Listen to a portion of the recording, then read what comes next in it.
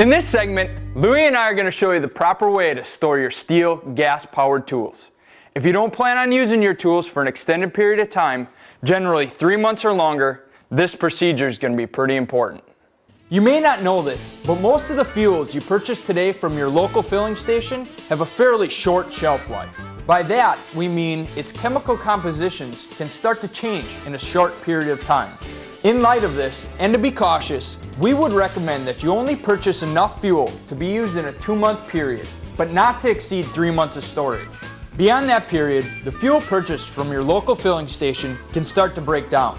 And if that older fuel is left in your power tool, well, it can result in expensive damages, most likely resulting in a trip to your local STIHL dealer. So, if you're not going to use your power tool for the next 3 months or more, the first thing you need to do is get all the gasoline from the filling station out of its system. To do this, we're going to start in a well-ventilated area, outside, away from any open flames or sparks, like this empty driveway. The first thing Louie's going to do is clean around the fuel cap. We don't want any dirt falling into the tank when we remove the cap. If you're storing a chainsaw, you also want to clean around the bar and chain oil reservoir cap. Then, with a clean funnel, we're going to drain the contents from the fuel tank into an approved container. Take extra care not to spill any fuel on the ground or yourself. Here's our first tip. STIHL offers an alternative to purchasing fuel for your power tools from the local filling station. STIHL sells a pre-mixed fuel in a can that is high-grade octane, ethanol-free gasoline with a STIHL HP Ultra synthetic oil. STIHL Modal Mix. This fuel is much more stable than regular gasoline and can be stored for up to 2 years without harming the engine. It's the ideal fuel mix for your small 2-stroke engines, like your STIHL power tools, and it's especially helpful if you don't use your tools on a regular basis. Now, if you've been using gasoline from the filling station and not STIHL's Modal Mix, after you empty the tank, you'll want to pour a small amount of Modal Mix back into the fuel tank. Reinstall the fuel cap and wipe away any fuel left behind. So Louie's emptied the fuel reservoir and put a small amount of Modal Mix back into the tank. But he's not done yet. Next, you're going to want to start the engine. We need to give you an important caution here. STIHL warns you should never start your power tool any closer than 10 feet from where you are fueling, or in this case, unfueling your power tool.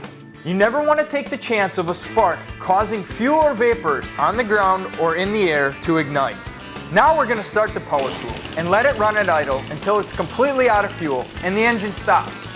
This is going to burn up any fuel that was left in the tank, the fuel lines, or in the carburetor.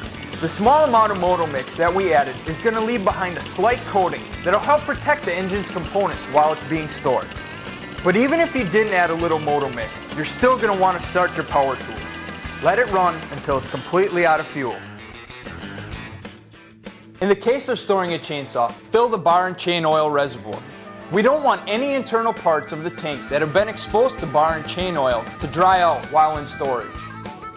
After the engine's had enough time to cool down, we're going to finish our storage prep. There are specific things that need to be done for the different types of power tools that STIHL offers. For our chainsaw, Louie's going to remove the chain and then the guide bar, and he'll clean both of them thoroughly. And he's going to make sure he cleans the inside bar rail with the groove tool, and he's going to make sure the oil holes are clear. Then, in a well-ventilated area, Louie's going to coat the bar and chain with corrosion inhibiting oil. This is going to reduce the chance that rust will form while these parts are in storage. A nice accessory to have, not only for transporting your chainsaw, but for storing it, is a carrying case. You can store the bar and chain, tools and files, along with the power head. It's all in one place, safe, ready to be used when you need your chainsaw again.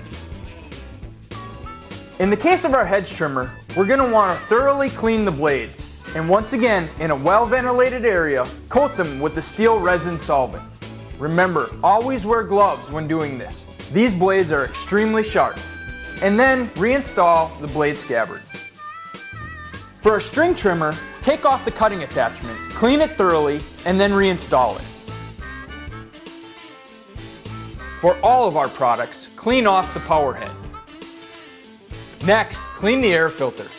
You'll want to check the power tool instruction manual for proper procedures. Not all air filters are cleaned the same way. On our MS271, we're going to clean around the filter and remove any loose debris before we remove it. We don't want any material falling into the throat of the carburetor when we take the filter off. Remove the filter, knock off any remaining debris, and then reinstall the filter. Finally, Louis will give the unit one more look over. Make sure all fasteners are tight and no parts are missing or broken, and then he'll wipe it down. Then, store it in a dry, high, or locked location, out of the reach of children or any unauthorized persons. So there you have it. Now your STIHL power tool's properly stored. Great job, Louis. This is Casey Krolowitz. And Louis Casarella. See you next time.